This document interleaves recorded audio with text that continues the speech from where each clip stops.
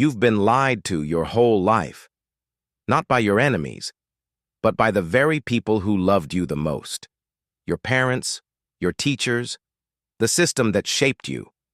They told you that if you were smart enough, worked hard enough, and played by the rules, life would reward you.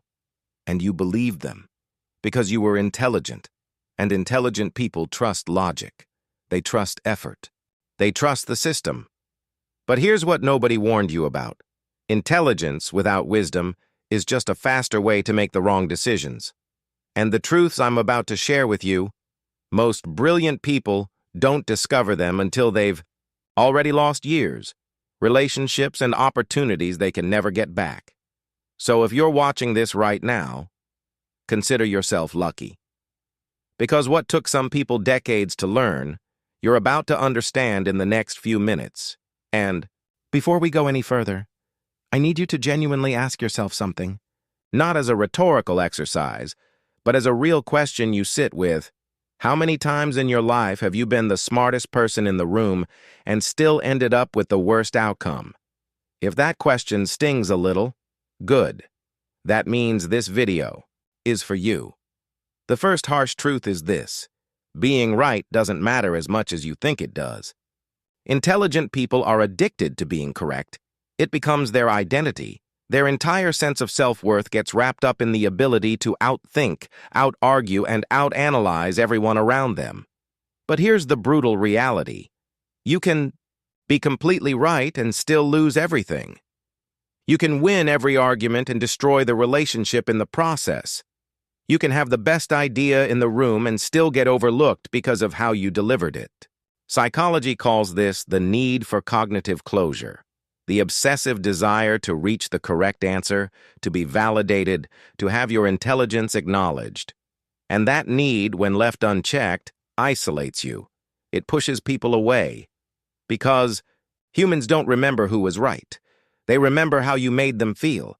The smartest people in any room aren't the ones who prove their intelligence the most. They're the ones who make others feel intelligent around them. The second truth hits even harder. Overthinking is not a sign of intelligence.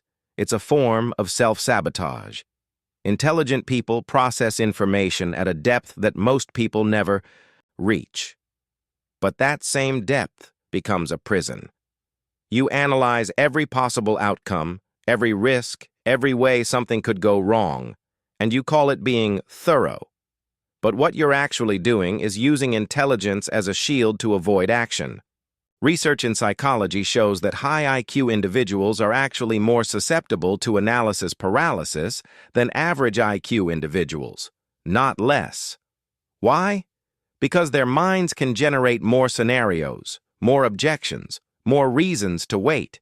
And while they're waiting for the perfect moment, the perfect plan, the perfect certainty, people with half their intellect are out there taking messy, imperfect action and building real lives. The truth is, life doesn't reward the person with the best strategy on paper. It rewards the person who moves.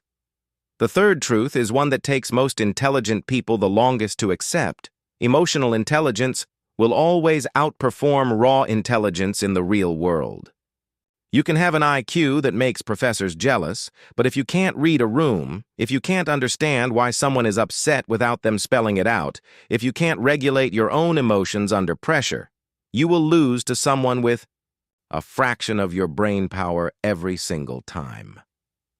Daniel Goleman's research on emotional intelligence showed something that shattered the traditional view of success. EQ accounts for nearly 90% of what separates top performers from average ones in leadership positions.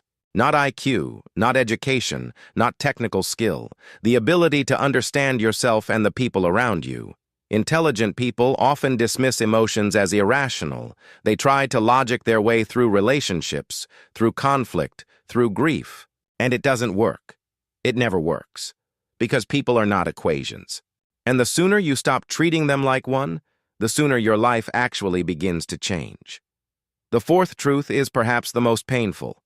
Your potential has been quietly working against you. When someone is told their whole life that they're gifted, that they're special, that they have so much potential. It creates an invisible pressure that most people never consciously recognize. You start to live inside the story of what you're capable of, rather than what you're actually building. You delay committing to things because commitment means you can no longer hide behind potential. As long as you haven't fully tried, you can't fully fail. Psychologists call this self-handicapping, and it's devastatingly common among highly intelligent individuals. They unconsciously create obstacles for themselves so they have a built-in excuse if things don't work out. The grades slipped because you didn't really study. The business didn't work because you didn't really try. The relationship fell apart because you didn't really open up. But underneath all of it is the same fear. What if I give everything I have and it still isn't enough? The answer, and this is the truth that changes everything, is that a life, fully lived, even with failure, will always feel better than a life half-lived inside the shadow of what could have been. The fifth and final truth is the one that ties everything together. Intelligence without self-awareness is the most dangerous combination there is.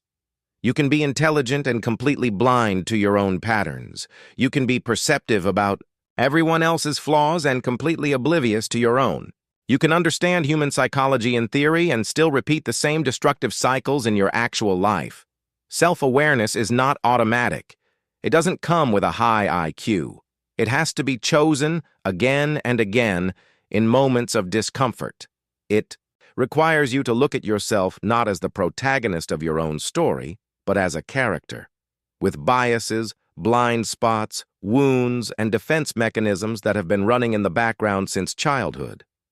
The intelligent people who change their lives, truly change them, are the ones who eventually got tired of being clever and started getting honest. Honest about their fears, honest about their patterns, honest about the gap between who they present to the world and who they actually are when no one is watching.